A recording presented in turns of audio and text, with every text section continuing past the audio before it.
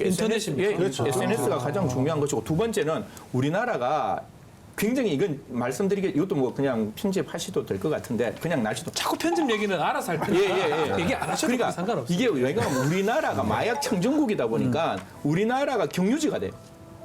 이게 예를 들어 미국에 마약이 들어가면 마약을 단속할 거 아니에요. 그게 시스템이 고도화돼 있을 거잖아요. 우리나라 깨끗한 나라니까 인천도 그렇고 그다음에 뭐 항만도 그렇고 세관도 그렇고 그냥 편한 거예요. 그러니까 가장 중요한 뭐 흔히 말해서 대만의 중년방이라든가 그다음에 중국에 있는 특정이라든가 그다음에 삼합회라든가 일본의 야쿠자들이 우리나라를 중간 지역으로 만드는 거죠. 만들어 가지고 우리나라에 그 많은 마약을 중간지로 해서 다른 나라로 보내는데 그 중간에 하나가 틀리는 거예요.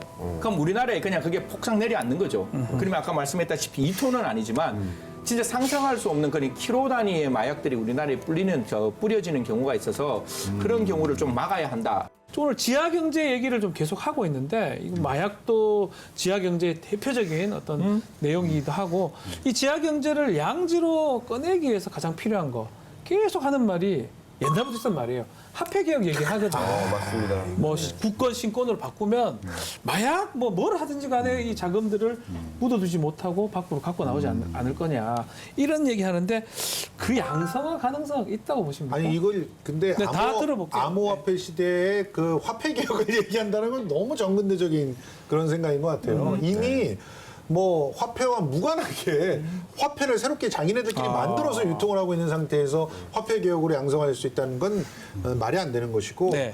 미처 우리의 제도가 만들어지지 않은 상태에서 투명화되지 않은 그런 유통이 이루어지고 있는 이 부분에 대해서는 좀 말씀드리자면 아주 적극적인 행정들이 필요하다고 봐요. 행정이 그러니까 필요하다. 양성화시키면은 이득을 볼 수 있고 그것을 숨어서 하다 보면은 아주 그 호된 철퇴를 맞을 수 있다라고 하는 사인을 확실하게 주면 새롭게 만들어진 어떤 영역의 그런 유통들은 바로바로 그걸 오히려 제도화해서 혜택을 받기 위해서 노력하게 되거든요. 네. 그런 형태의 적극적인 행정들이 양성화를 갖다 이끌어낼 수 있는 방법이라고 봅니다. 이제 법을 만들어서 밖으로 나오라고 지금 했던 그렇죠. 그 부분이다. 예. 예.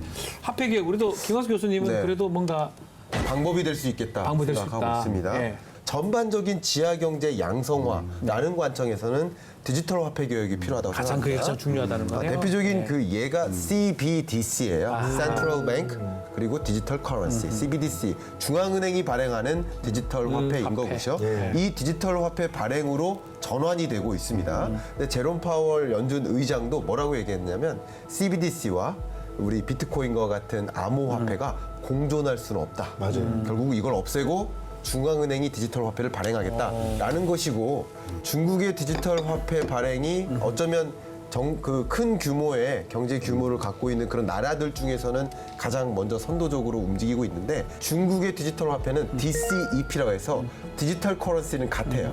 근데 일렉트로닉 페이먼트, 지급 결제 수단으로서의 가상화폐 혹은 지급결제 수단으로서의 디지털 화폐를 의미하기 때문에 굳이 블록체인 기반일 필요가 없는 아니네요. 거예요. 아니네요. 말 그대로 네. 캐시를 대체하는 그냥 디지털 화폐 수단 이것에 불과합니다. 제 질문은 화폐개혁 얘기인데 네네. 결국 디지털 화폐개혁까지 이제 얘기가 그렇죠. 나왔습니다. 그래서 화폐 개혁은 굉장히 조심해야지만 잘해야 되네요. 우리 김광석 평론가가 얘기한 것처럼 이거는 대안은 될 수 있다. 예. 그래서 대안이 되려고 그러면 이거를 바꿔주는 기간을 무제한으로 둬야 돼요. 아 기간을 많이 네, 주네요. 그래서 그게 이제 1960년대 드골이 프랑스에 화폐 개혁하면서 성공한 이유고 이거를 짧게 하면 이게 더 숨어 들어갑니다. 그래서 화폐 개혁에 대해서 분명히 가능성은 뭐 긍정적인 면으로도 검토를 할 수 있지만 끝단은 항상 우리 국민에게 그 선택권을 무제한으로 줄 수 있는 부분들이 따라간다면 조금의 뭐 지하 경제를 좀 올리는 부분들이 나오고요.